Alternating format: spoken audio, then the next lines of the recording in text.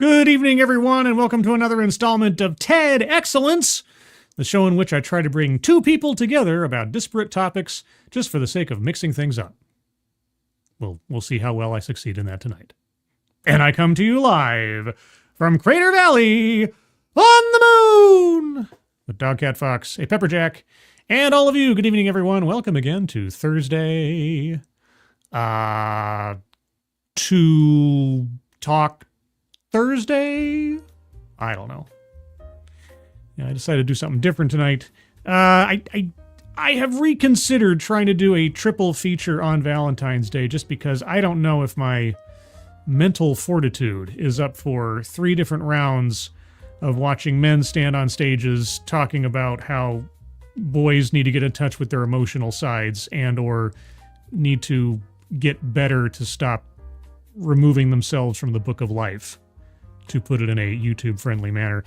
I don't know. Just, might have been a bad idea. But in other TEDXcellence news, I am currently in the process of scheduling with my friend from Midnight's Edge in the Morning, Paul Chatto, to wingman with me on what I'm going to call a spotlight episode, because Paul Chatto has a favorite TED Talk, a good one, and he is interested and willing to sit down with me and go through it. And so I'm hoping to have that scheduled for early next week. I will get more information to you as things develop. But yeah, so something else in the near term to look forward to. And as we all know, happiness is having something to look forward to. And speaking of which, who's looking forward with me to this presentation? Why, that would be Keeverdam. Hello, and thank you, Keeverdam, for providing, the link to the global giving charity for the LA wildfire victims. Take a look at that if you guys can. If you donate to that, that would be appreciated. But even if you can't, if you can share that out on social media, that would be appreciated. Also, speaking of Keeverdam, thank you, Keeverdam, so much. We're doing one on Palentine's Day instead. Palentine? I mean, at least it's not Palestine or Palpatine. But okay. Valentine, Palentine. Is that when you're single? And you take comfort in your friends? Is that Palentine? I assume so. Thank you, Keeverdam, very much. Shady Grin, good evening. Who else is here? Advocatus Diaboli, hello. Adam Nixon, good evening. Kiro Soldier, good evening. The Alexander, good evening to you. Mike R, hello. Tier Alexander, hello. Angelverse, hello. John Miller, hello. Mr. X51, hello. Attack Alpaca, hello. Alice Morgan, hi. How's it going? Found is here. Here found. The Best Remy, good evening. Funtime Bats, hello. Blitz Zero, hello. John Traxon, good evening. Who else here? Tall Person, hello. Miranda Stone. Why, Miranda Stone is here. You guys know about Miranda Stone, don't you?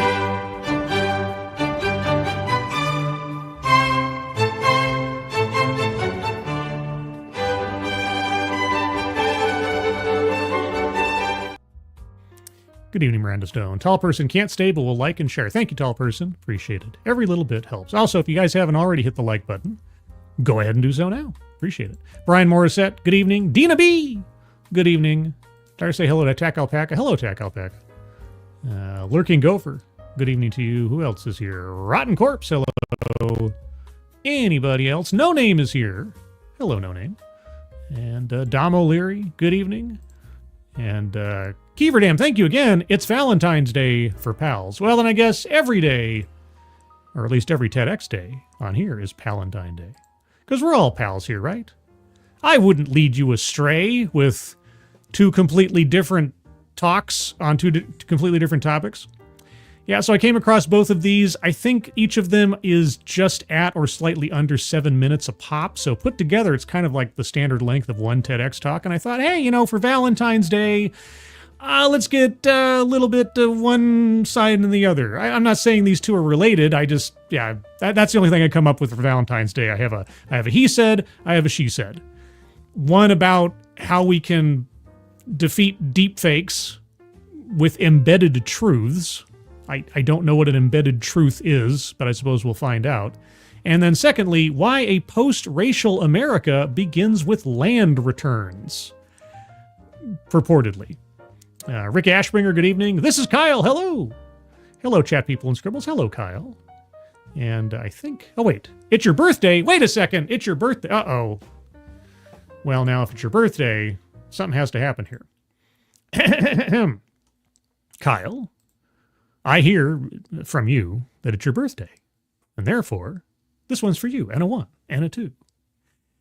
Happy birthday to you. Happy birthday to you. Happy Birthday, dear Kyle. Happy birthday to you. Happy birthday, Kyle. I tried to keep in tune with the nature of duality with this particular show, since we have 2 streams and I did 2 different voices. Anyway, you get it, right? Yeah. Anyway, so there you go. Draco Rincewind, good evening. Full Metal Joker, good evening. Anybody else before I move on? I don't think so. I hope not. I didn't miss anybody. Well, if I missed you, if you're lurking, if you're in the future, good evening. What in tardation? Hey now. That's no way to talk about my difficulties. Anyway, so let's start off with the first of 2 TEDXcellences. Also, by the way, I always forget this, I'm also simulcasting on the X machine. So if you happen to see this being posted on the X machine, if you can retweet that out, that'd be appreciated as well. Okay, so our first one is, can embedded truths or truth defeat deepfakes? What is an embedded truth? I don't know. Oh, yes, bingo card. So, it being a busy day for me today, I completely forgot to put up a poll for the bingo card. So today's bingo card is bingo card A. I have made this decision by executive order because that's all the rage right now. Links to the bingo cards are in the description below. Get your bingo card A's ready. I'll be using 2 different colored circles for each talk, and the competition is to see which talk can get more squares circled. Now, I'm betting on talk number 2, just because it sounds like more of a classic topic for TEDXcellence, but you never know. We have been surprised before, so let's find out together. I'll start off with a few seconds for a sound test. You guys tell me if you can hear it, and then we will proceed. My name is Nathaniel Morgan. Hi, Nathaniel Morgan. You guys hear that okay? My name is... I had to kind of... The sound quality on both... I smushed both videos into one file, and the sound quality on both was much different from one another, so I had to normalize everything. I hope it sounds all right. 5x5, says Carol Soldier. Heard, says Rick Ashbringer. Okay. And SWD40, good evening. I am a second-year student at MIT. A second-year student at MIT. Well, how many years do you need? And today I'm going to talk with you about a novel use of existing technology, which I like to refer to as Veil. Before I get started... As Veil. Okay, for those of you listening at home, this is Visual Embedded Identification for Legitimacy. Visual Embedded Identification for Legitimacy. Okay, well, me being not a supremely technical person when it comes to these things, I guess my reflexive question is, how does this differ from, say, a watermark? Veil. Before I get started about what Veil is, I want to paint the picture. The picture is already painted in previous talk, but I want to drive it in a little bit more. I want you to raise your hand if you think that person A is a real person. Do I think person A is a real person? Let's see. Well, the teeth look pretty good. The hair looks decent. I see the problem is I can't see the fingers. It's always the fingers that give things away. But at this point, AI's gotten so good at recreating faces. I wouldn't be surprised if they were both fake. But let's find out. This is a real face that you can find out there. Like, you'll go out somewhere in the wild, you can find this person on the street. Raise your hand if you think this is a real person. I don't know, the teeth look a bit too perfect, but anyway. Okay, got some skeptics in the room. It's valid. How about person B? This real person? Go get it higher. It's more real, right? Nice glasses, nice smile on his face. These are both fake. So. Oh, yeah, I was right. Hey! Which one's real, which one's fake? They're both fake. I said they're both fake. So I'm going to take a very small, very small victory.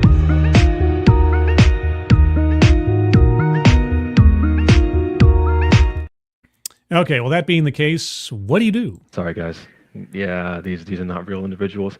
Actually, if you go to the website thispersonsnotexist.com, you can find a lot of other examples of this. I thought that's where they came from. They looked a bit too familiar. Yeah, this person does not exist.com has been around for several years. If you go there, you can generate all the fake people you want. It's good for making, I guess, if you're like a bot farm. I assume that's where most bot farms find their like profile pictures. Just to go to thispersonisnotreal.com and generate a new profile image. But, maybe these are just really good examples, and we'll have better chances if we get more sample set and get a larger statistical analysis.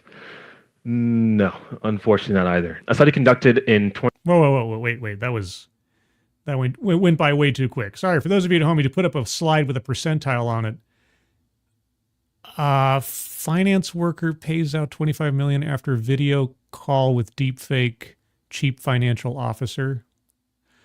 He's got an article screenshotted on there. What is that 48% meant to represent again? Sorry, I'm backing up a little bit. Examples of this. But, maybe these are just really good examples, and we'll have better chances if we get more sample set and get a larger statistical analysis. No. I don't know what that's supposed to be telling me. Maybe they're just good and we'll get what? Unfortunately not either. A study conducted in 2022 by the University of Texas at Austin surveyed 315 participants across 800 pictures in order to determine, can humans determine if a face is real or synthetic? Okay. So this is the percentage of correct guesses as to real versus synthetic. Okay. All right. Gotcha. I was bewildered there for a second. It looked like a very awkward cut and edit in the video, so I didn't know what was going on. Essentially AI generated. Okay. Well, we got 48.2% accuracy, which is not the best.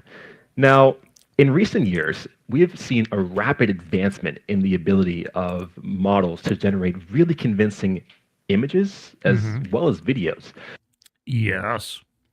They're getting better every day. Soon we'll be able to tell one thing from the other. And what a world we'll live in at that point. The rapidity is honestly unprecedented. Yes. And in today's digital landscape where things are transmitted so quickly and people are very quick to believe without scrutiny, I find the statistic very alarming. Yeah. No, it's true. Skepticism will have to become a trained skill. More and more critical thinking, skepticism, and checking for alternate sources of information prior to jumping to a conclusion will have to become part and parcel of our everyday if we are to survive, I think. But yeah. Look at things in the political landscape. Think about people who potentially are running for office. Deepfakes of them can come out and essentially have them say things that they did not intend to, which can undermine trust in our political system. Or they, cheap fakes. Remember cheap fakes, which were just actual videos of Joe Biden doing things without any kind of manipulation whatsoever, but they didn't want to admit to it. Yeah, I remember cheap fakes. We'll see if that ever comes back. Alan Thyler, thank you so much for the how's it going, Dogcat Fox. Oh, Dogcat Fox. Wowie, wow, wow. Ooh, that's a Weebo Jones Dogcat Fox. Thank you so much, Alan. Appreciate it. Hope you're having a good day, and welcome to the show. Also, Mark Smart. I don't think I said hello with her. Hi, Mark. Hope you're doing well. And Toot Sweet. Good evening. Yeah, okay. So, yes, AI is getting good. Get good AI, and people have a hard time distinguishing real from fake sometimes. And then? Our democracy. We think about the idea of maybe a more personal example. Deepfakes or videos or pictures being spread of you doing illicit activities. Yeah, you can come out and say it wasn't you, but what if the damage has already been done? Yeah, I know. Like I say, scary times. So what? This is a known problem. This is a known pitfall of AI these days. So what is your proposed solution? I've seen an example previously. A finance worker scammed about $25 million. That's hard to fathom. I really would love to know more details on this story. Finance worker pays out $25 million after video call with deepfake chief financial officer. I'm assuming he was pulling some kind of fraud on another company to make a deal or something like that. Like, yes, our chief financial officer is here to agree to this contract or something. So what do we do about this? Instead of trying to detect if it's fake, what if we guarantee that it's real? Guarantee that it's real. Okay, how do you guarantee that it's real? That's why I present Veil. Okay. Which is... All right, well, sales pitch for product or service. That's pretty easy. I'm going to circle that one on the board. Even though this is a short talk, let's go over the card one time to remind ourselves what we are listening for. See if there's anything I've already missed out on. Collectivize his own demographic? No. Systemic or institutional? Is AI systemic? That's a philosophical question. Childhood or family anecdote? No. Diversity, equity, and inclusion? No. Plays victim? No. Microaggressions or unconscious bias? No. Privilege? Contradicts own point or fails to make argument? Well, we'll see if his sales pitch is successful. Patriarchy? No. Deceptive statistics? I didn't detect anything deceptive about people are about less than half, plus or minus 50-50 on determining fake versus real AI faces. So that sounds reasonable. It doesn't seem particularly deceptive. Economic disparity? No. Feminism? No. Marginalization? No. A list? Well, he has listed off different examples of what could happen to people or in what forms AI can take. So yeah, I'll circle that one. White supremacy? No. Word salad? No. Self-vilification or wretchedness? New. Weightless example or non sequitur? Not so far. Attempt to coin new buzzword or buzz phrase? Yeah, well, his product name is an acronym, so yes, technically so. Mind reading assumes motives? Not so much. Benevolent condescension? No. An anecdote that probably never happened. He hasn't brought up any that he didn't have receipts for. And lastly, leaves out vital context. I guess we shall see. So far on the board, we have sales pitch for product or service, free space, a list, and attempt to coin new buzzword or buzz phrase. Of both the talks, I figured this one would be the one with the fewer squares, but we'll see. All right, so let's back up a couple seconds or two in case I cut them off. To detect if it's fake, what if we guarantee that it's real? That's why I present Veil, which is visual embedded identification for legitimacy. The objective here is to establish keys deeply embedded within official media, along with centralized validators, where individuals, after receiving a piece of media, can upload and determine whether or not this has a seal of authenticity. So, a glorified watermark. All right, well, what's to stop anyone from taking this same process and running their artificially generated image or video through to give that same seal of approval? How does this work? Now, the objective here is to reduce the ability of bad actors to conduct malicious impersonations. Okay, well then riddle me this. How do you prevent bad actors from simply finding your tool and recreating someone else's seal of authenticity? So let's get a little more technical. What do I mean by keys and official media and validators? Generative adversarial networks, like the ones that were used to create the faces that we saw before, are very, very susceptible to small perturbations, or I like to call it noise. Okay. A study conducted in 2015 and published in ICLR by Google actually investigated this exact phenomenon. As you can see in this image here, this model believes with low confidence that this image is a panda. We can see it's a panda. However, once we add noise or an adversarial attack, it believes with really high confidence that this is now a given. This is the same image. It is still a panda. Okay. We can use the fact that the model is so sensitive to these small perturbations to actually embed information in the noise that it's picking up. As a result, we have a much more resilient technique for steganography. Okay, and again, I have sort of my brain on the same brain I'd have back in the olden days when I was doing role-playing games and live-action role-playing games and things like that. And someone would come up with an idea for a rules change or a rules revision. And the first thing you want to do in a role-playing game, or really in anything in life where you're suddenly deciding how you're going to change a rule or modify a rule in order to benefit someone or to prevent something from happening, first question you want to ask yourself is, if I was the worst person in the world and wanted to find a way to exploit this new rule or find a loophole in this new rule, let's just abandon all of my ethics for a second, and I'm trying to get around this. What is preventing me from achieving the same end even with this rule in place?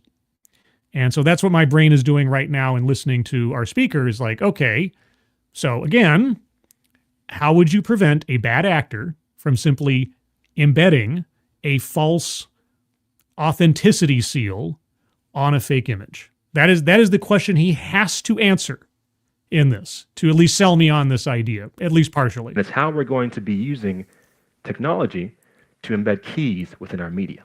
So we talked about how sensitive our model was. Well, what's the effect of this? Essentially, as you receive media, whether it's been cropped, shared, compressed, sent through Instagram, Facebook, ended up on your WhatsApp, or just sent to you through Telegram, it doesn't matter. We can still retrieve the underlying key. Okay, how is the key placed there? What does that? Now that we have some information about what we can do, well, how does it work? Yes. In 2024, Meta published a series of different papers at their fair, which is a series of publications by AI researchers from Meta. And as we know, Meta is an entirely trustworthy company. DEI. And they released a paper that details technology called Video Seal. This technology brings the idea to life. It works off of existing image watermarking developments.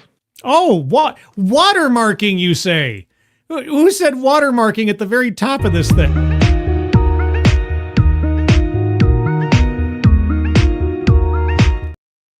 Okay, so existing watermarking technology. As well as advancements in the way that neural networks can process videos as images in order to reduce its computational complexity. So it's here. Now what? I don't know. You haven't even told us how it works. So let's say I make a video. I go outside and I film my backyard. And then I take that video and then I run it through Meta's new tool, and then that seals the video as authentic. And anybody who tampers with it from that point onward has thus broken the seal. And then if that video goes out into the ether, and then somebody decides to superimpose Hulk Hogan in my backyard, and then they run that video through a thingy mabobber, they can see that the seal has been broken and that video has been tampered with. Is that the gist? I believe now is the time to change the way that we interact with our digital landscape. I agree with you in the abstract. I would like to know how your proposal actually works. And again, what prevents a bad actor from putting a false seal of authenticity on a fake piece of media? Change the way that we validate and view information. To this point, it's the reason why I'm developing a platform to give individuals the ability to take advantage of this technology. Oh, okay. Well, as I said, sales pitch for product or service. Okay, so you've got a product. Excuse me. I'm not quite getting a headache yet, but I'm just kind of waiting for the other shoe to drop, and he's got about a minute and 20 seconds to get there. We think about this for potentially artists, people who make their living off of their image. Artists who make a living off of their image. What if I take a screenshot? Is the embedding still there if I take a screenshot of something? Or what? I don't get it. Having the ability to embed keys within things that they post, such as their images, such as their videos, can give us the opportunity and the chance to decide about supporting human creators and human-generated content. Okay. But, okay. If I generate an AI image and feed it through your process, how does that assure someone else looking at it that it was made by an AI and not a human? I mean, if I go to Grok right now and I say, draw my backyard with Hulk Hogan, but in the style of a Renaissance painting. And I get an image that looks like a painting. It's completely AI generated, but if I put it through your process, somebody else looks at it and says, oh, this must be made by a real person because it went through this platform. What am I must be missing something about this process that's supposed to prevent bad actors from benefiting from a false positive, you know? Human creators and human-generated content. We're thinking about people like politicians. Embedding keys within their media allows us to then again check if what we're seeing is official or potentially fake. What if it's rebroadcast by another? Okay, I'm coming up with all these scenarios in my head that could easily defeat this without some kind of assurance as to how it works. Will these keys be carried over in every reproduction of said media? So if I screenshot it, if I email it, if it's rebroadcast from a different a vendor or something. Okay. Maybe I'm asking too many questions. John Miller, thank you so much. So how many times do we reinvent the wheel? I don't know.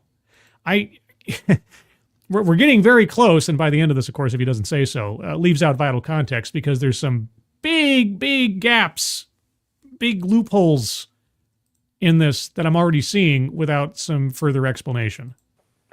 And even on a day-to-day basis, potentially giving us the ability to have our own seal of authenticity. So that when we share our information, we can guarantee that what we see out there is ours.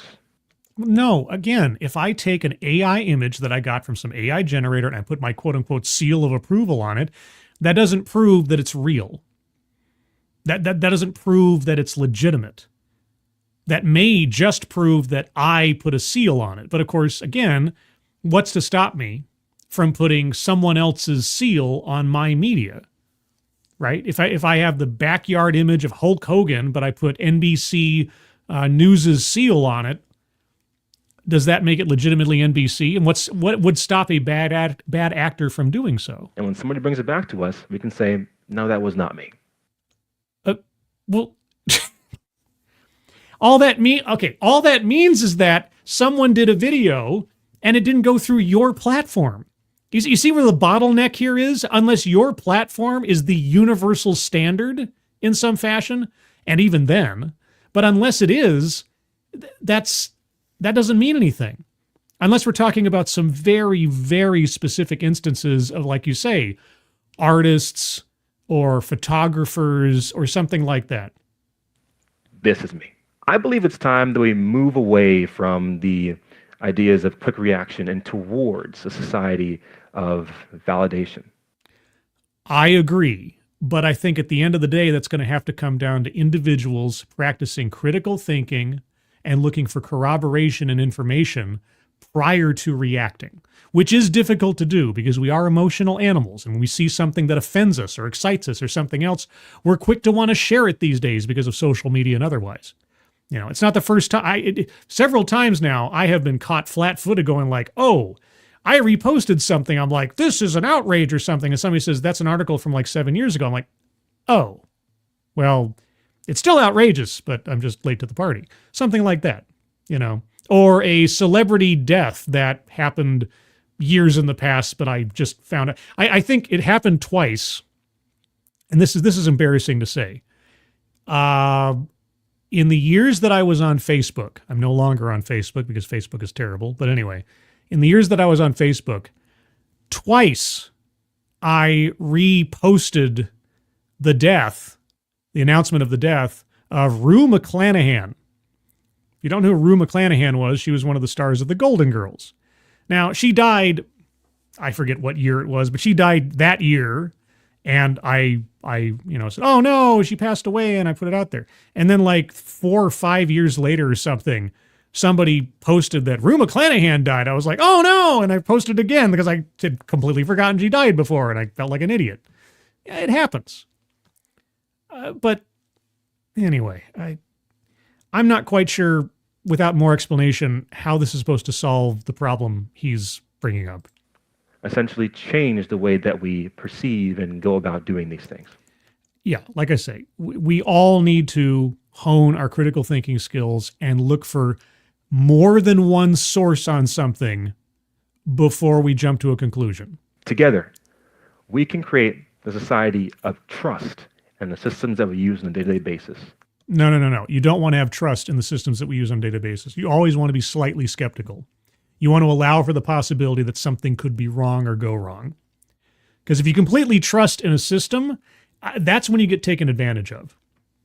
But he did say system, so I'm going to circle systemic or institutional because I can. It's my show. That we wish to see. Thank you. Okay, now that was way not enough information. Way not enough information. So anyway, let's see. I'm going to bow out of this momentarily. Pardon me for a second. And we're going to bring up the bingo card for this talk and take a look at that. All right, so let's update this and then refresh this. All right, that's where we are right now. I'm going to go over it one more time by myself to see what other squares might be circled. If you have arguments for squares to be circled, hold on to them. I'll get to you momentarily. Collectivizes own demographic? Not in particular. Childhood or family anecdote? No. Diversity, equity, inclusion? No. Plays victim? No. Microaggressions or unconscious bias? There was unconscious bias. If I'm stretching it just a bit in the whole people discerning between real and fake media or being fooled by it, let's say. So I know it's a bit of a stretch, but it was an argument for his product in a way.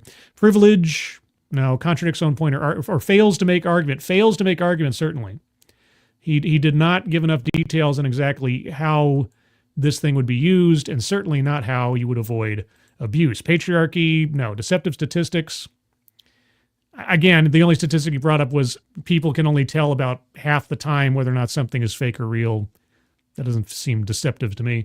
Economic disparity, not that I recall. Feminism, no. Marginalization, no. White supremacy, no. Word salad. No, it wasn't word salad. It just wasn't very satisfying word burger. Let's put it that way. Self-vilification or wretchedness, no. Weightless example or non sequitur. Weightless example or non sequitur. Well, the story about the guy using the fake chief financial officer and getting fined, not quite sure what that had to do with anything, because it was a Zoom call and purportedly was happening live in some way. So how would his product have prevented that? I'm circling that one. I don't understand why that was there, what that was supposed to prove. By the way, if I circle something and there's an argument for me to uncircle it because I got it wrong, by all means, give me that too. Mind reading or assumes motives? Maybe? Not sure. Benevolent condescension? Not sure about that one. Anecdote that probably never happened. He didn't really give us many anecdotes. And lastly, leaves out vital context. Boy, howdy. So that is what I have so far. If you have arguments for squares to be circled, let me know in the chat. And be sure to tag me in your comment. It makes it easier for me to see. And we'll see if anybody can convince me elsewise. Because I think you are right. This would only detect altered images, not entirely fake ones. Well, like I say, let's imagine for a second you take an original painting, right? And you seal it in plastic with a watermark of your signature all over it. And this plastic with your signature all over it is custom made, cannot be easily, if at all, recreated. And if you break the seal on this thing, you can't tape it back together. It's torn, it's tattered, it's obvious someone has messed with it. If you imagine it in that sense, I could say, okay, sure, if you take an original image and you hand it around, everybody will know that this was sealed by you. It is your work. Nobody else could easily, without great pains, recreate this seal on it, so it must be legitimate, right? A certificate of authenticity, etc. Okay, I could kind of see that. But if I take a picture of that thing and I pass it on to somebody else and they don't know that this seal exists, what's stopping me from profiting off of that fake recreation? right? It just, he didn't explain enough how this was supposed to work or how it was supposed to avoid abuse or how it itself couldn't just create a false positive. Advocates Contract's own point told us to look at all the things with scrutiny and then just expects us to accept single studies that is indicative of anything. That's also true. That's also true. Also a good argument. No name. Okay, got to go to bed. Catch the rest later. Bye. Bye, no name. Good sleep. John Miller, if we're being generous, I'm not very generous, but anyway, the deep fake was a concern of people being defrauded, and having a way to discern the real from the fake would be great. If we're talking about something that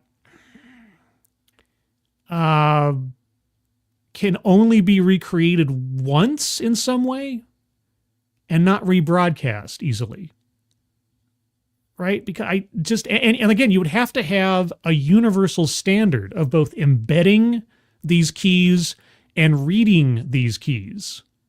Because you couldn't have competing methods of doing this with different prices and stuff, because people will just throw up their hands and not care after a while. It's sort of like having to subscribe to 4 different streaming services to get the episodes of one series. It just, nobody would do it. So yeah, his idea, however it works, would have to become some kind of universal standard of authenticity. Mark Smart, deceptive statistic. I swear it would be lower than 48% of people believe the cheap fakes BS. Probably. Blitzer was kind of a nothing burger. Yeah, it really was at the end of the day. Not the most effective sales pitch. Alice Morgan, thieves used AI to pretend to be several higher ups in the company that talked the banker into doing a secret transaction during a video call. Oh, okay. That kind of reminds me of Mark Dreyer. You guys probably, very few people have heard about Mark Dreyer. He happened just around the same time as Bernie Madoff, so all the headlines got stolen. Mark Dreyer was some kind of crook. That guy hired an actor to play a executive officer in a company. It's such a the scheme was so crazy. The guy was a lawyer. He had a client who was a big real estate developer in New York City. And he made a fake deal with another company to get a loan with his client, who had no idea he was doing this. So this lawyer, who had been to this client's offices many, many times in the past and could just walk in, and it wasn't unusual for him to be there, he walks in with an actor, a fake CEO, and he sits this guy down in one of his client's conference rooms and then holds a meeting with this investor, pretending that since they're in the real estate developer's building and they're talking to Mark Dreyer, the lawyer for the real estate developer, and Mark Dreyer puts a man in front of him and says, here's the CEO or CFO or whatever, they make a deal for a fake deal and loan with the company whose building he's sitting in, who nobody knows that he's there doing this. And he gets away with it. It's the craziest. I mean, and that's just one story amongst many. It was a crazy story. But you can't really, seal up and not deepfake that one. But okay, I could see that. But at the same time, with that same story, how would this guy's process have prevented, the banker who was duped into doing that from knowing that he wasn't dealing with real people? It just doesn't quite track. Let's see, Advocates Daily. But the actual process of marking would just take for granted that you actually made it and it is real. Exactly.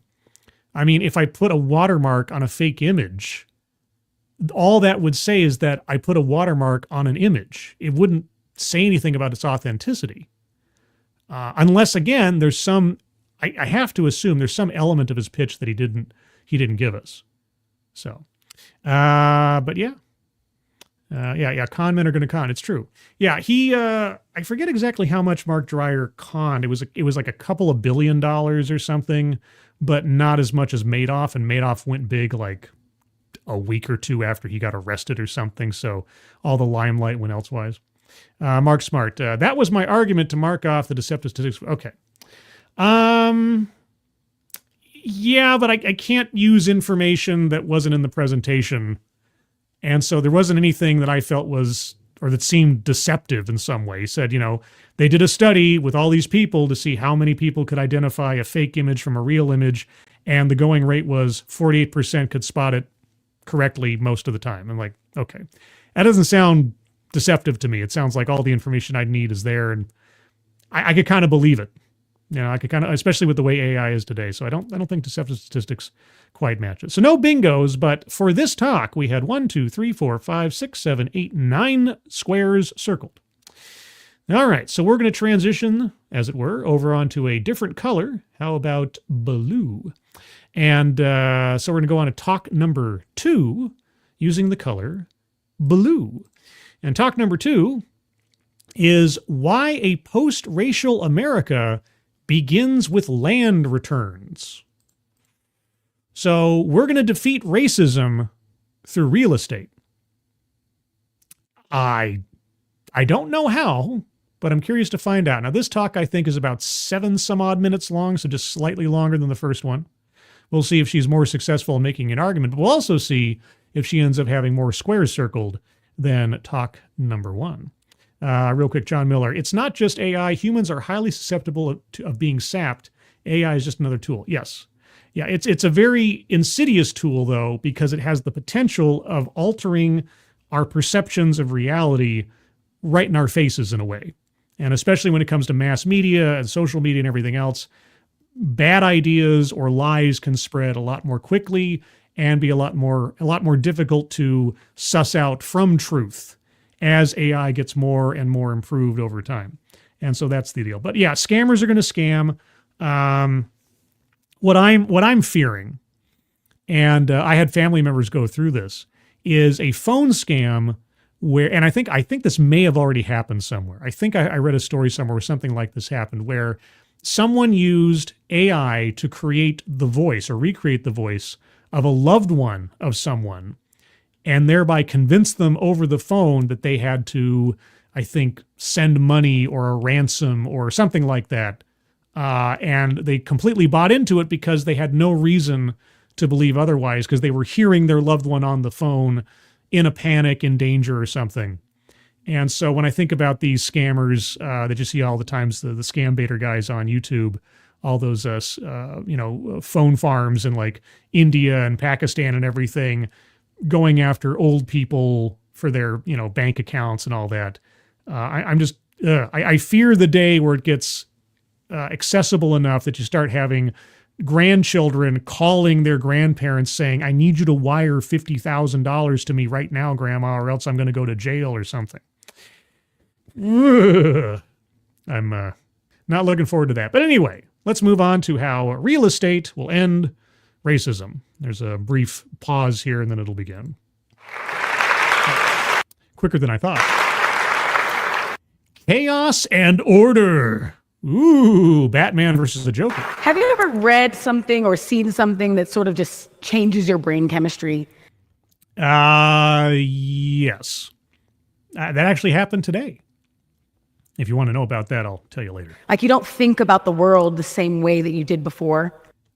I wouldn't put it quite that extreme, but I guess it would depend on it. If there was some kind of revelation about someone that I respected, let's say, and some scandal came out that was provably true and not just an allegation or something, then yeah, maybe in some small way. But at the same time, I would think to myself, well, human beings are fallible. So. That was me reading this tweet. Oh. Land ownership is the original NFT. Wait. Let's think about that. I'm suddenly thinking of Earth 2 for some reason. And no, not the television show from the 90s. Land ownership is the original NFT. Okay, except it is, well, I guess it's not fungible in that sense. Okay. And I think that's so funny. Wait. Read the whole tweet. Land ownership is the original NFT. Oh, you own this piece of the ground because it says so on that piece of paper, even though I can just walk right on it? Well, depending on the state and jurisdiction, if you walk on that land, I have all sorts of rights over your safety.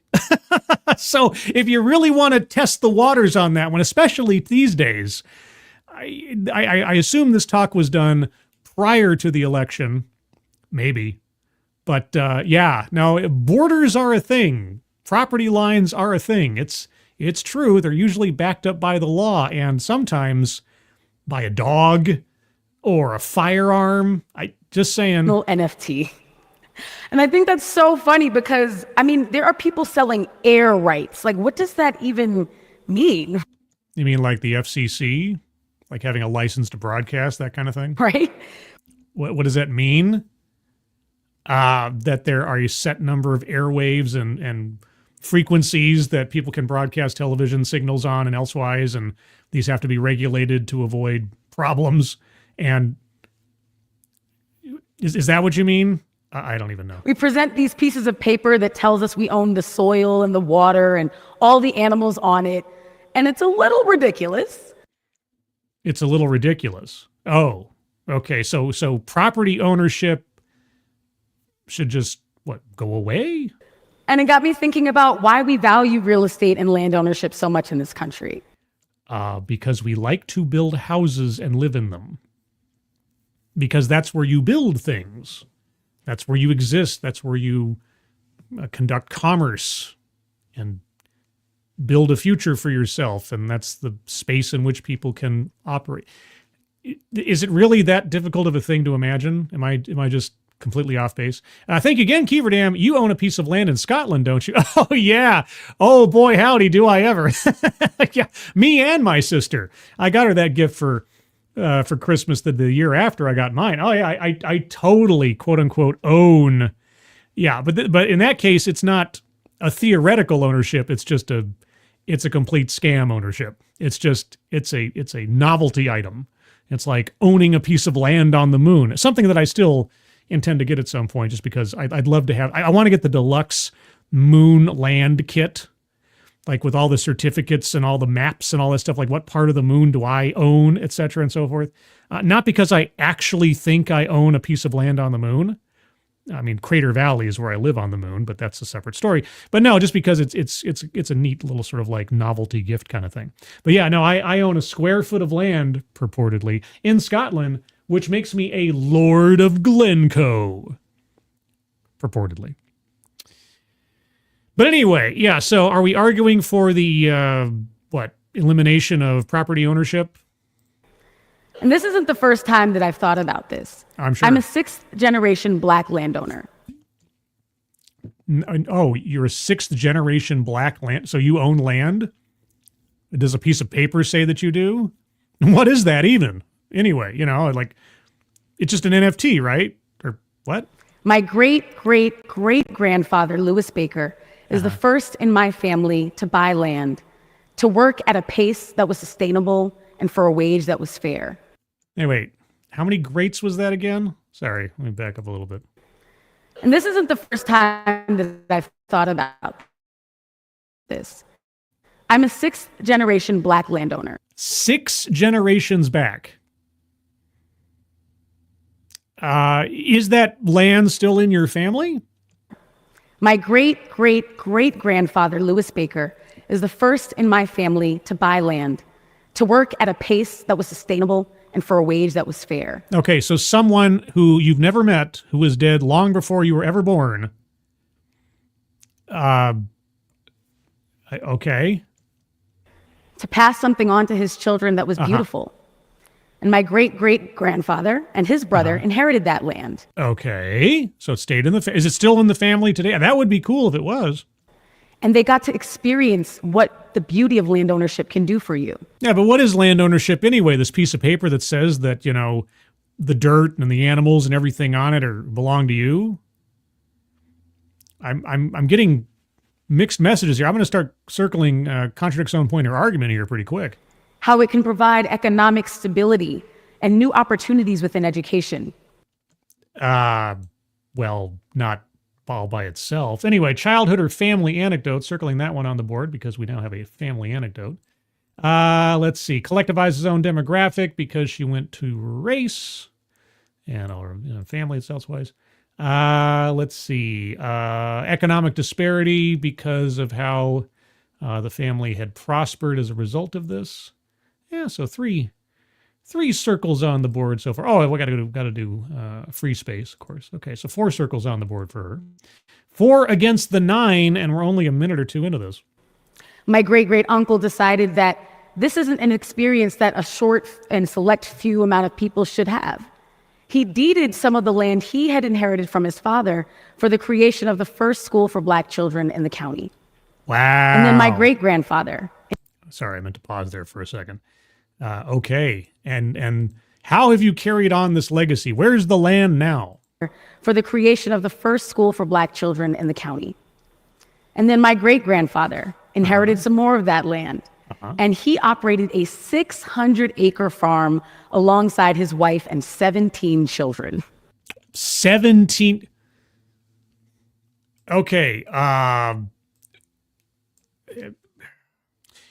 There's something I would say just then, but all it would end in, and I'm trying to keep this for family friendly here, all it would end in is the statement, that's a barn door. Now, you can use your imaginations to see or to imagine what the beginning of that statement would have been, but it would have ended with, that's a barn door. Someone in the chat has a contradiction. No one can own land, but she does. Well, I don't know yet. Let's wait and see if she circles back to her initial statement. Like, did all of this land go under like eminent domain at some point and it all became meaningless?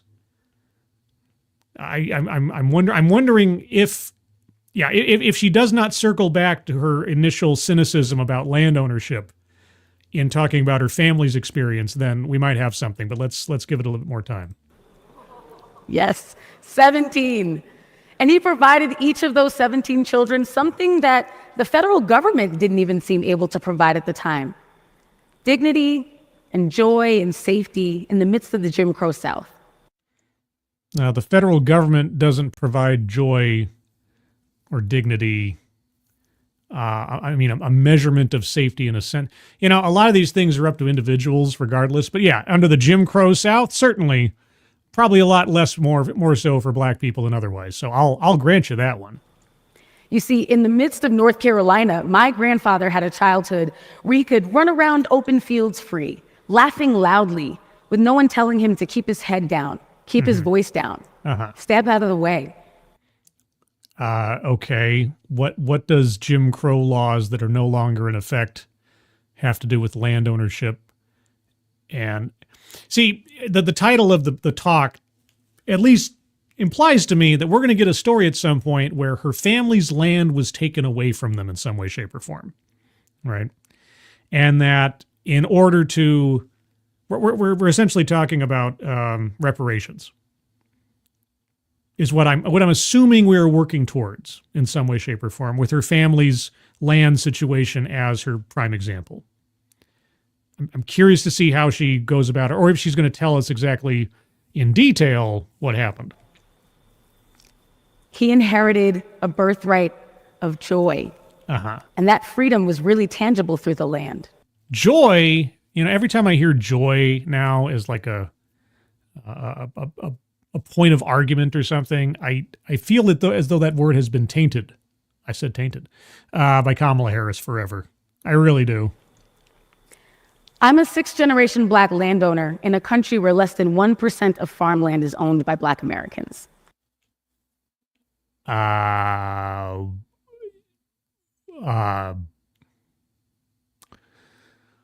Okay.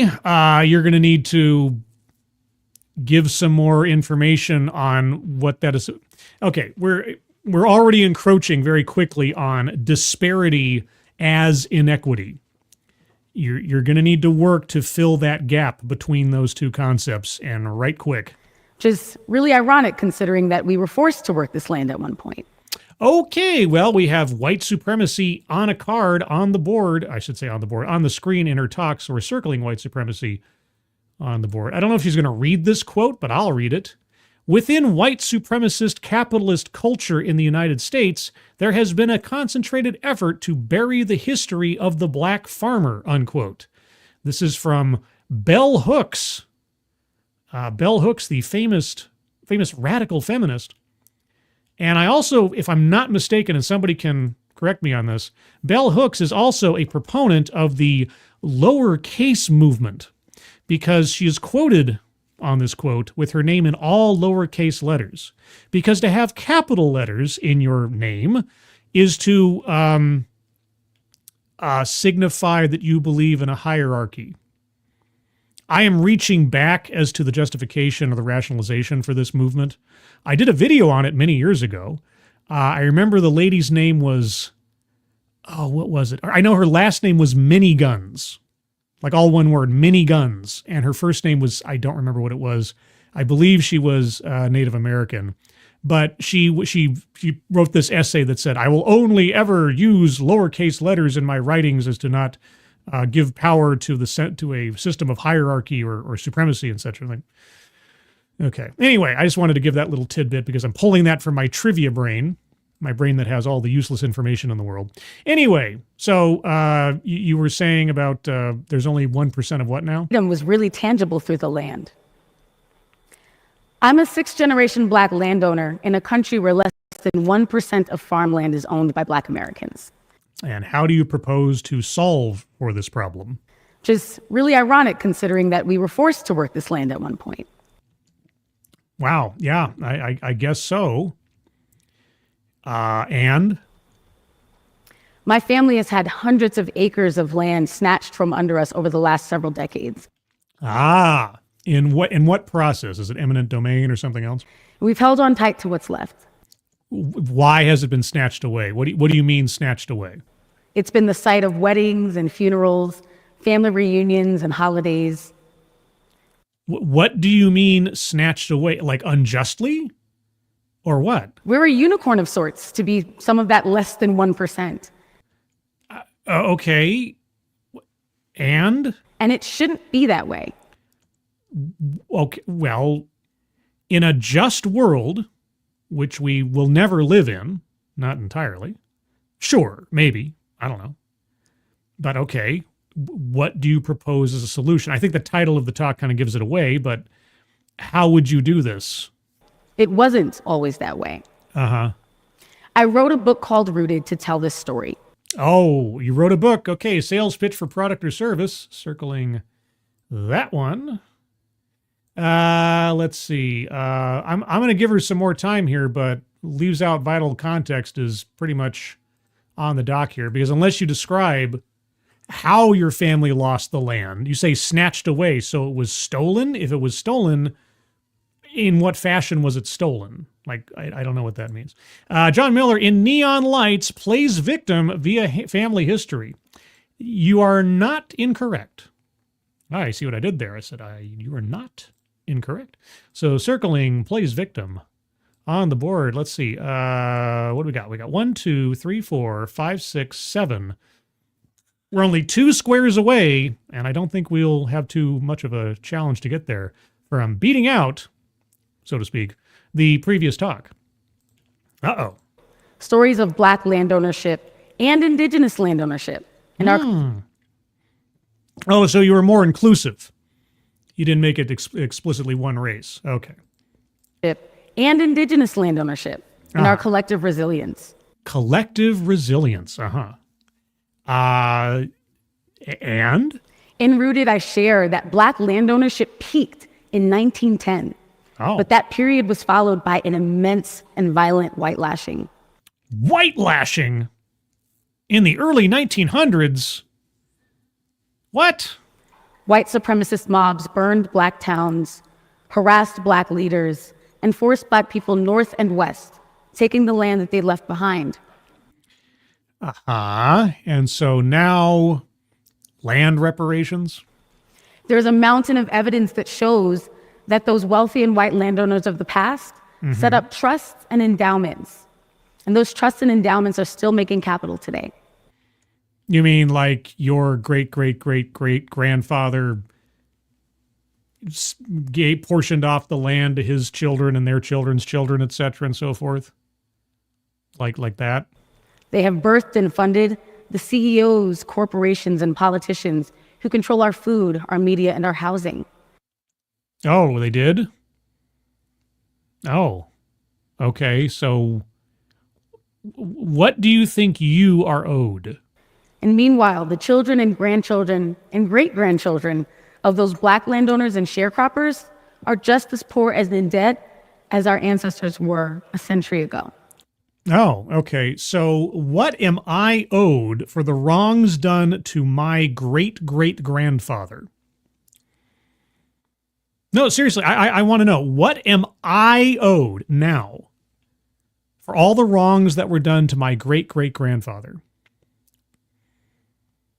Who owes me over events that occurred long before I ever existed, in circumstances that are so far removed from anything in the modern day that it would be difficult for anybody to even conjure up records, evidence, proof, or otherwise of it?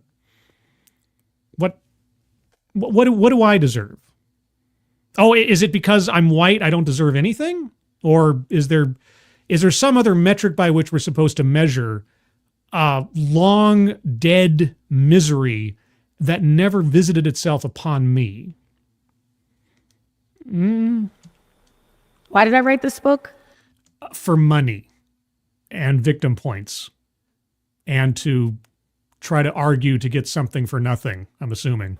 Because we need reparations. Hey, what do you know?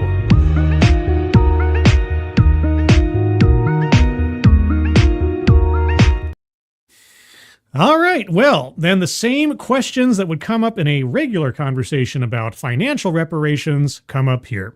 How do you determine who is owed specific property rights, where and to what degree, etc.? How, and boy, she's got 3 minutes. 3 minutes to tell us this. Describe to us the system that would be employed to fulfill these reparations. Reparations is an international framework. We're not talking international framework. We're talking about the United States of America. So that'd be like an intra-national framework, but okay. That allows for truth and reconciliation in the face of crimes against humanity. You want physical real estate.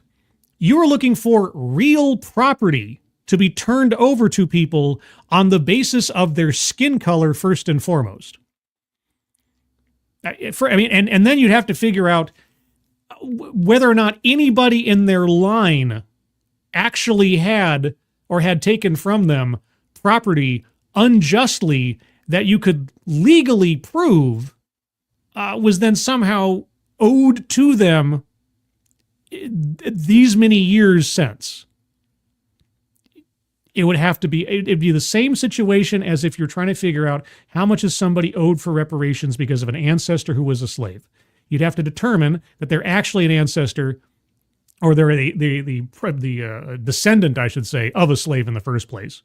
And then you'd have to try to calculate how much you're owed for that labor, and on and on and on and on and on, in some amorphous way. Except in this case, you're not talking about some arbitrary amount of money necessarily. You're talking about real estate. You're talking about physical property that you would have to prove someone in your family line previously owned or had a right to that has since been denied them in some way. And I'll tell you what, if there's one area of our lives where records go back and are very, very, very finely kept, it's land records. So you could conceivably try to do that, I guess.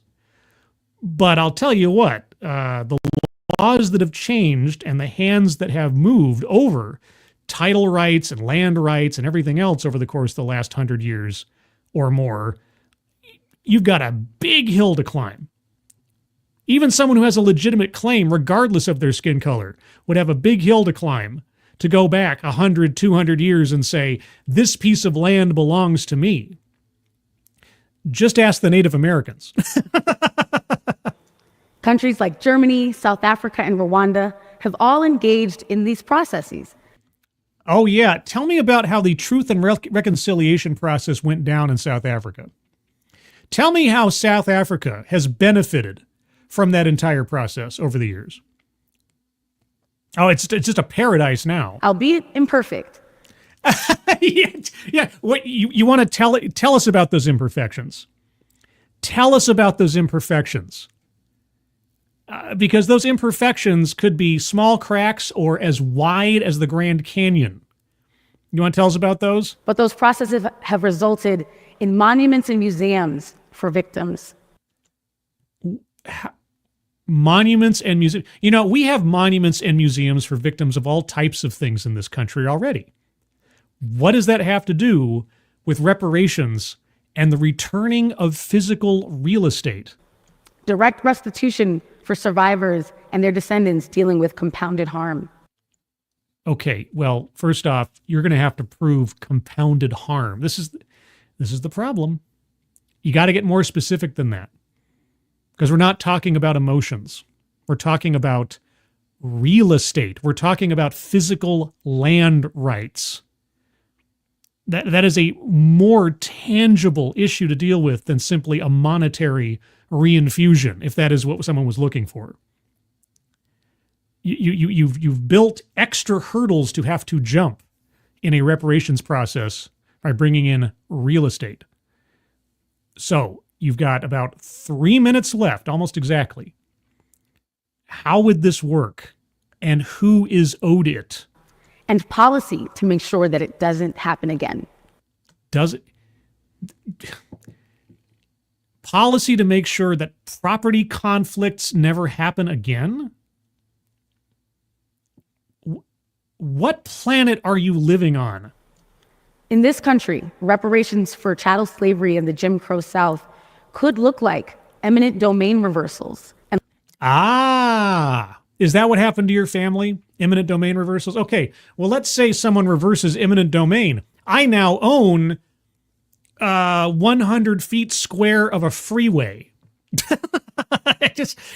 What then? Eminent domain reversals. Yeah, good luck with that. Good luck with that. South could look like eminent domain reversals and land grants. Land grants, Baby bonds and cash payments. Oh, so it's not just real estate. It's also money. Okay. So you're talking about reparations of land and money, or land and or money. It could look like that, sure. Okay, now tell me, by what process would you determine who is owed what? Public education for all Americans so we understand the legacy of slavery. We have public education for all Americans. What are you even talking about?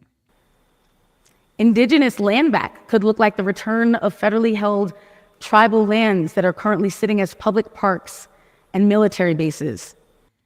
It could. It probably won't. Do you have a plan for this? The restoration of sacred artifacts. Like what? And the eradication of racist mascots. Wait. So, okay. The eradication of really? Really? What the fuck are you talking about? What the fuck is this? What the fuck is this? Right? Boy, I guess, you shoot your shot, I suppose. If you're going to make a wish list, might as well make it a long one. The elimination of racist mascots. Boy, howdy. Some aspects of this are currently in process, and there are reparations commissions that are popping up all over the country. Yeah, they've been popping up for years. I did a whole stream, early on into, the lockdown, if I'm not mistaken. There was a reparations panel in a congressional committee hearing kind of deal that was held on a Zoom call. And I covered this live, if I'm not mistaken. This is a long time ago. And you had, I think Coleman Hughes, if I'm not mistaken, was on one side of it. Or was that the congressional one that was live? Oh, man. I'm forgetting now. Yeah, there was one, at least one that was a Zoom call. There might have been one that might have been an actual in-person congressional one. Anyway, you had people on both sides of the argument. Surprisingly enough, there were people on both sides who were black, talking about the positives, negatives, and otherwise of reparations. And you know what the people who were for reparations kept saying over and over again? It's not about writing a check. It's not about writing a check.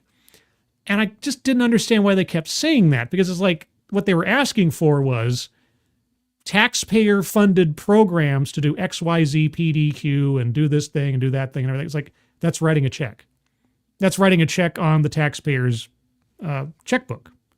What do you mean it's not writing a check? They're trying to downplay that this was a money grab when all you could conceivably do is make it about money. How do you repair sins committed hundreds of years ago that have not befallen anybody in the modern day? It doesn't make what happened in the past good. It doesn't make what happened in the past somehow forgivable of those people that did those things. And you certainly can't restore or repair the people that actually suffered those things, because now they're long dead too. So what exactly is the plan? And again, even then, in every commission I've ever listened to or proposal I've read, the same questions come up. How do you determine who is owed what and to what degree?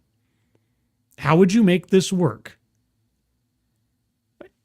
If you do not have an answer for that, then all you're doing is just spinning your wheels and looking for some kind of grandiose handout without any justification for it, for something that didn't happen to you.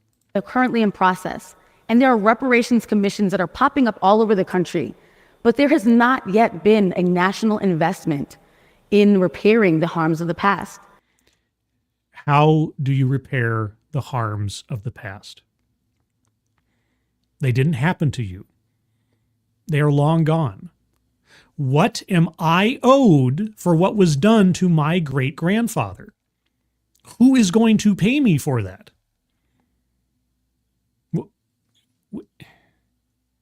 Okay. It's almost as if we've been waiting for white supremacy to kind of fade away into the distance. Oh, yeah, so that black supremacy can take its place? But we're underestimating the problem by doing so. Oh, okay. Well, then what do you propose as a solution? We need a proactive and robust plan. Yes. Okay. Well, reparations as a concept has been around for decades. I'm sure that at this moment on this stage, you have a detailed plan for how this is going to work, or at least for the sake of the TEDx talk, a reasonable elevator pitch. So by all means, sell me. We need reparations. You've said that. What is your plan? And the numbers don't lie. The numbers don't lie? What numbers? According to the Brookings Institute, okay, we might have deceptive statistics coming up here. there is a $10 trillion racial wealth gap. Sure there is. So you want to distribute $10 trillion amongst who? All right, circling deceptive statistics, if I can speak today. Circling that one for sure. Okay. And the richest 400 Americans, who are mostly white men, have more wealth than all 10 million Black American households combined. Oh my gosh. And what about all the white households? What's the ratio between all of their wealth and all of the white households in America? Is there a disparity there? Is it smaller than yours? Probably. Are they lesser victims of the 400 billionaires' crimes of being successful? Do you want to take the billionaires' money and just... What exactly... Are you talking about, like, I don't know, doing an eminent domain on the billionaires' bank accounts? Thank you, John Miller. Whoops. Is it bad that I'm pretty certain her plan is give me your money? That's what I'm waiting for. I'm waiting to hear something other than what I can only assume is give me money or take money away from this person to give to me. According to a 2019 Federal Reserve survey. Art by some... now, here's the question, guys. Is this authentic art? Does it have the proper keys embedded to know that it's real? The median white American household wealth sits just under $1 million. Really? Damn, guys, everybody in chat who's white, I can't believe I'm saying that. How are you doing at getting that median almost $1 million household income? How's that going for you right now? I must live in the wrong neighborhood. Jesus. What have I done with my life? How come I am not at the $1 million household income? I'm a few zeros off. Jeez. I am a terrible, terrible white person. I'm nowhere near the median. Good God. I'm like a good driver. I'm nowhere near the median.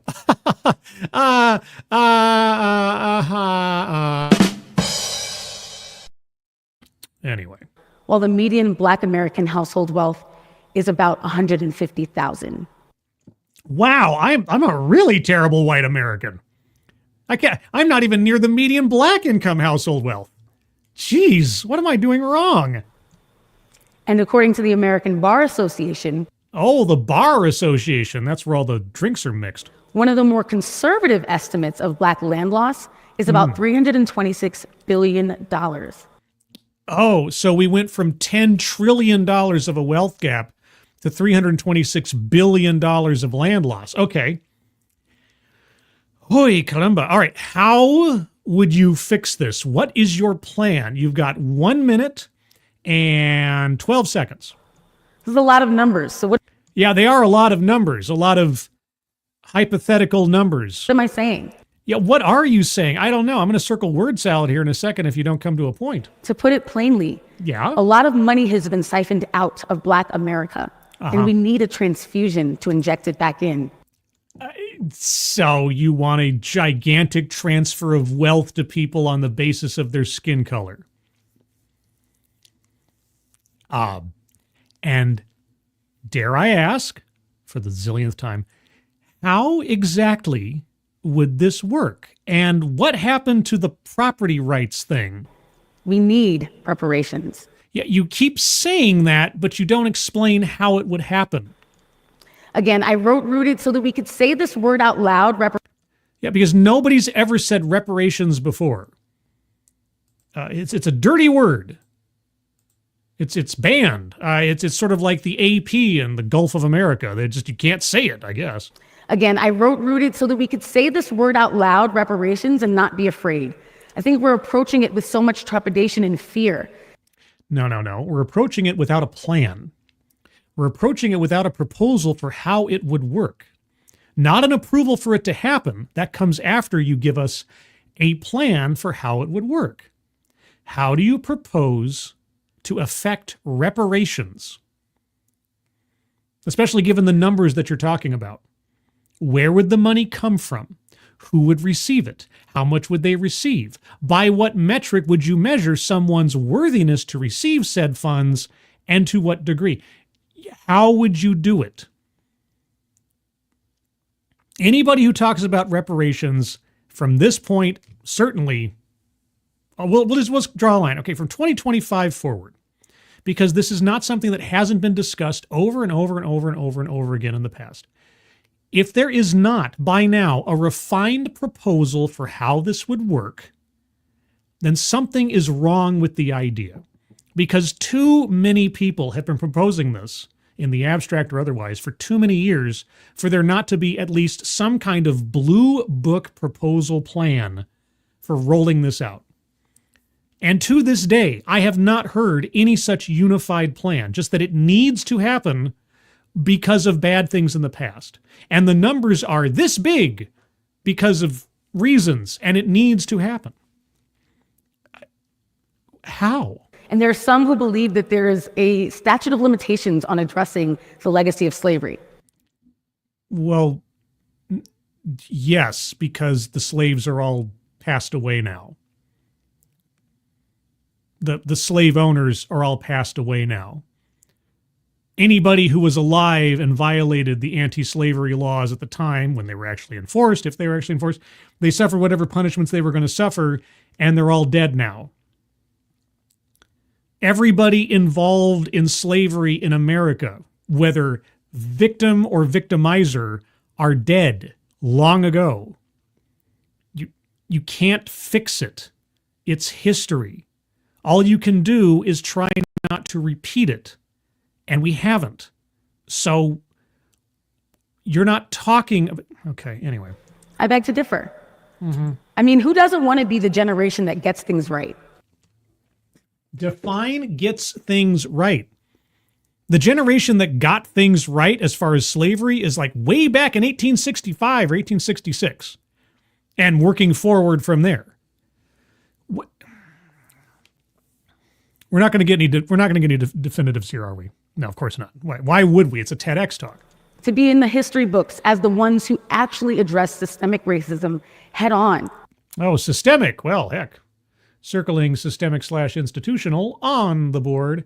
Yeah, because systemic racism was not taken on head on in 1964 with things like Title VI and Title VII. Oh, wait. Yeah, that's right. People keep ignoring those these days. So I guess maybe we still have a systemic racism problem like affirmative action and DEI. Oh, yeah. We can do this. So instead of being afraid of the word reparations, we can walk boldly towards it. How? How? Acknowledging that on the other side is a true post-racial America. What are you talking about? Do you think, let me ask you something, and I know I'm asking rhetorically. Do you think that if all of a sudden everybody in America of a particular skin color or particular ancestry suddenly being infused with millions or perhaps billions of dollars for no other reason than their skin color, not because they were a slave, not because their parents were slaves or their parents were slaves, but that somebody that they never knew and never knew them long, long ago suffered an injustice, a decidedly true injustice that you are rewarded for in a way that goes beyond anything a normal mortal in this country could possibly imagine receiving in their life as a freebie? Do you think that is going to decrease or increase racial tensions in this country? What do you think? And a true equitable society. Equitable. Really? Okay, well, I'm circling diversity, equity, and inclusion because why wouldn't I at that point? Equitable society. Oh, yeah. Artificially leveled out, except that, boy, if leveling out means that somebody gets $1 million income as compared to everybody, come on. That's just, and by the way, because of that circle being squared, or that square being circled. Bingo. What? Of course! We have our first bingo across the top of the card. Remember, this is bingo card A. We'll get to the bingo card in just a moment because he's only got about 22 seconds left. So I want to say this one more time, and I'm We need reparations. hoping that y'all can say this with me. And the magic word is we need reparations. Like you mean it. Oh, like I mean it, so you know that there may be some sense of doubt or deception in what I'm saying? Okay. Not with fear. Not with fear. I'm not afraid of the word reparations. I'm just constantly baffled by the lack of details. And like you know that we can actually achieve a more equitable society than the one we have now.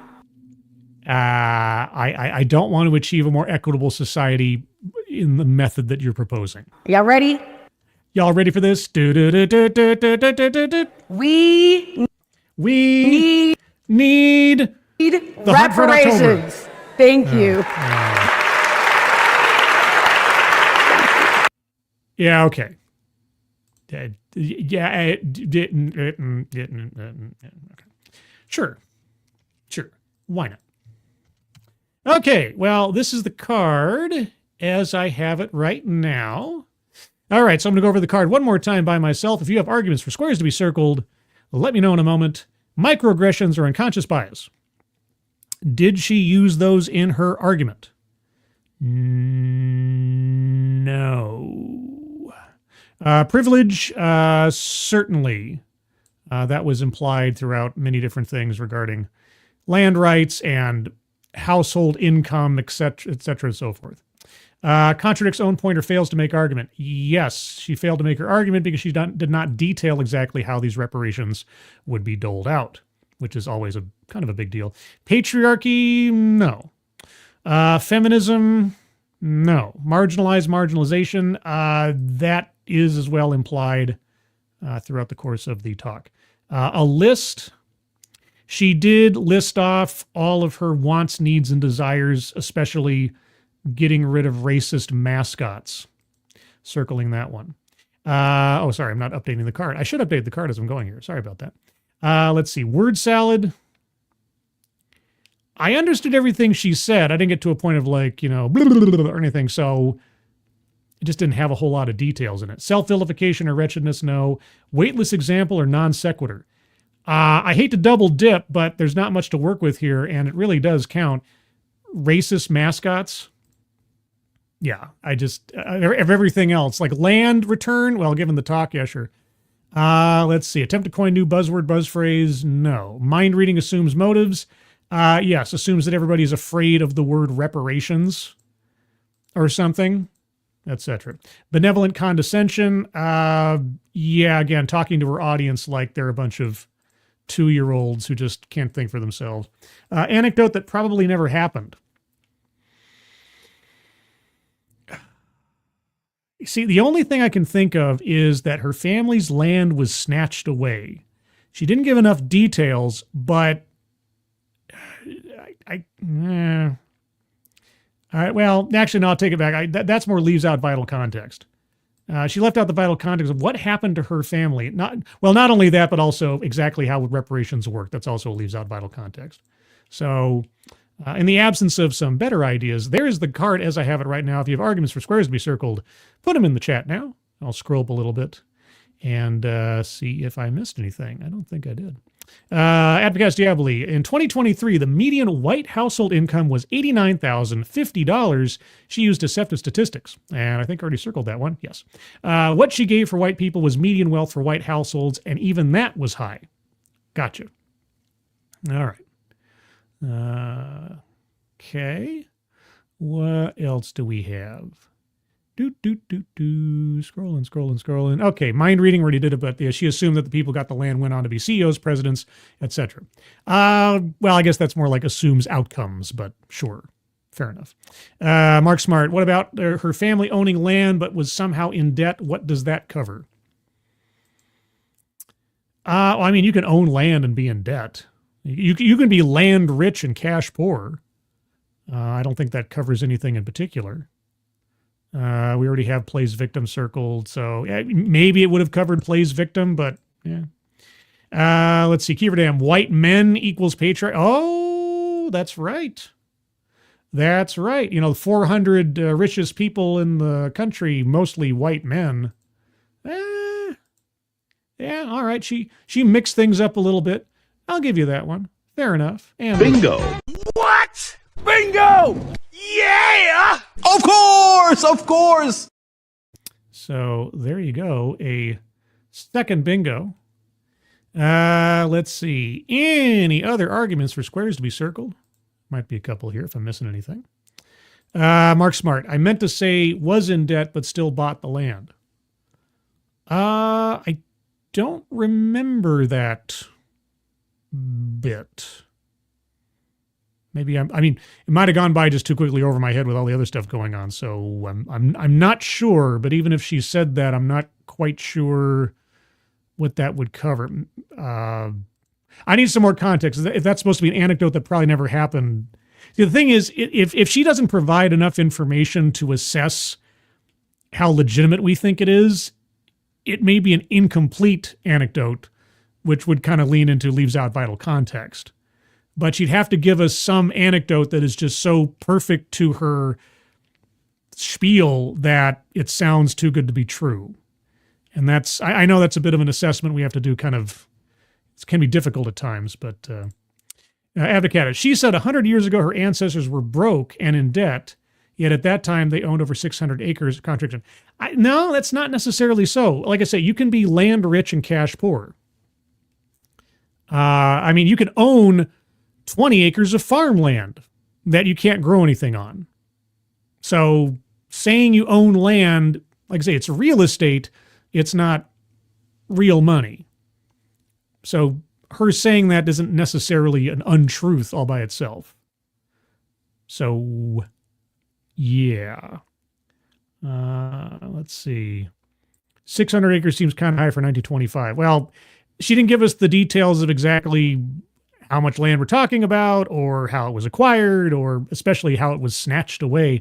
I'm assuming eminent domain because she brought that one example up kind of forcefully. So I'm guessing some of her family's land was turned into freeways and highways and railroad tracks or something. I don't know. I'd have to read her book, which I'm not going to bother doing.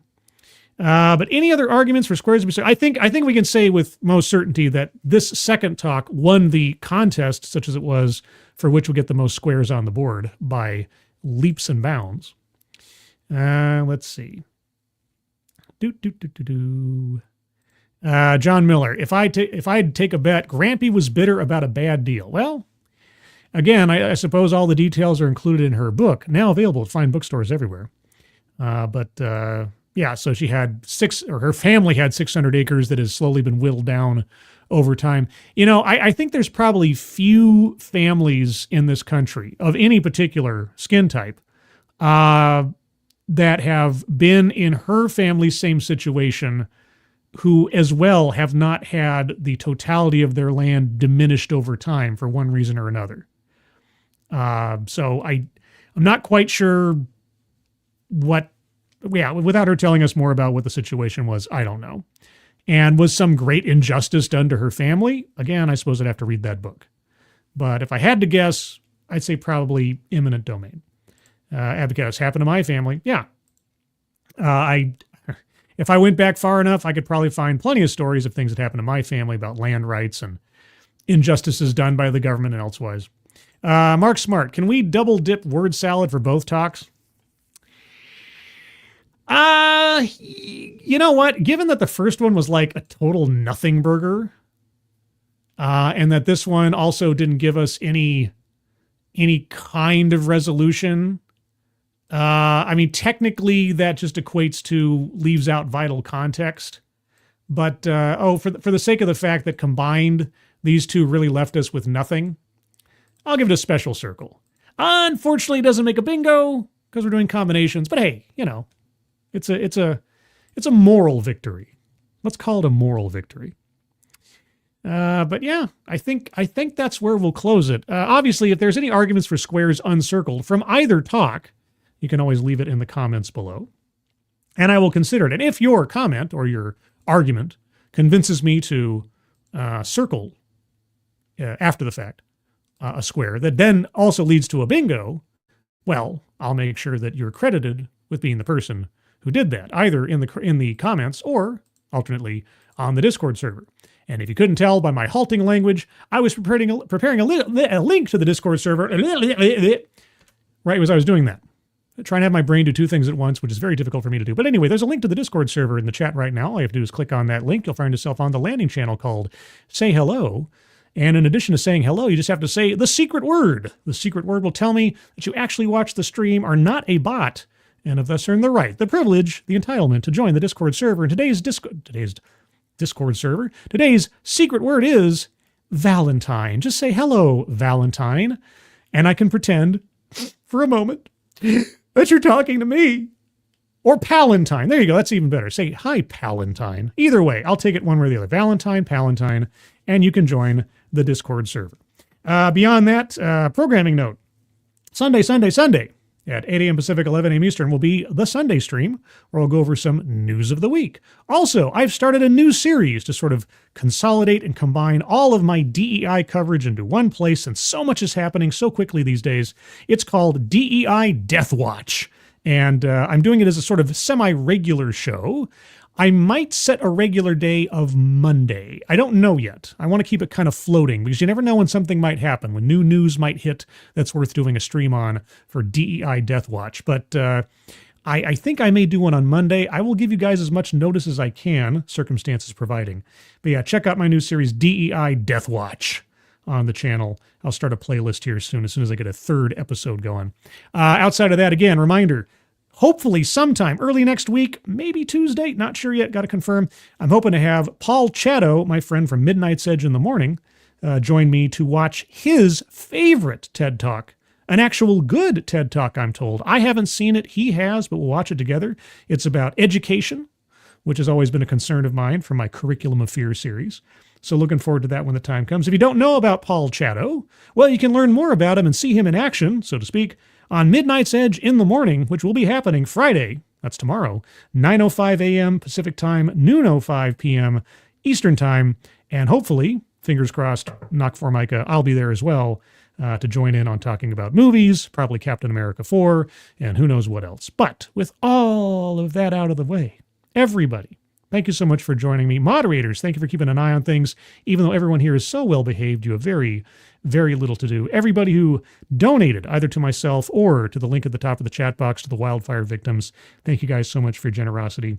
If you like this kind of thing, I would appreciate it if you'd hit the like button on the way out and or share this stuff out on your social medias, whatever they are, whether they're LimeWire or Napster or Friendster or ICQ, or maybe you've got an Angel Fire account or something you can post a link on your webpage for. That'd be great too. Either way, appreciate it. And beyond that, everyone, hope you have a good rest of your Thursday. I hope you have a good Friday ahead of you and weekend as well. If you're not well, please get well soon. Right, I kind of screwed that up, didn't I? I did. I hope you're all safe and well. If you're not well, please get well soon. And I'll see you on the next one. Take care. Bye-bye.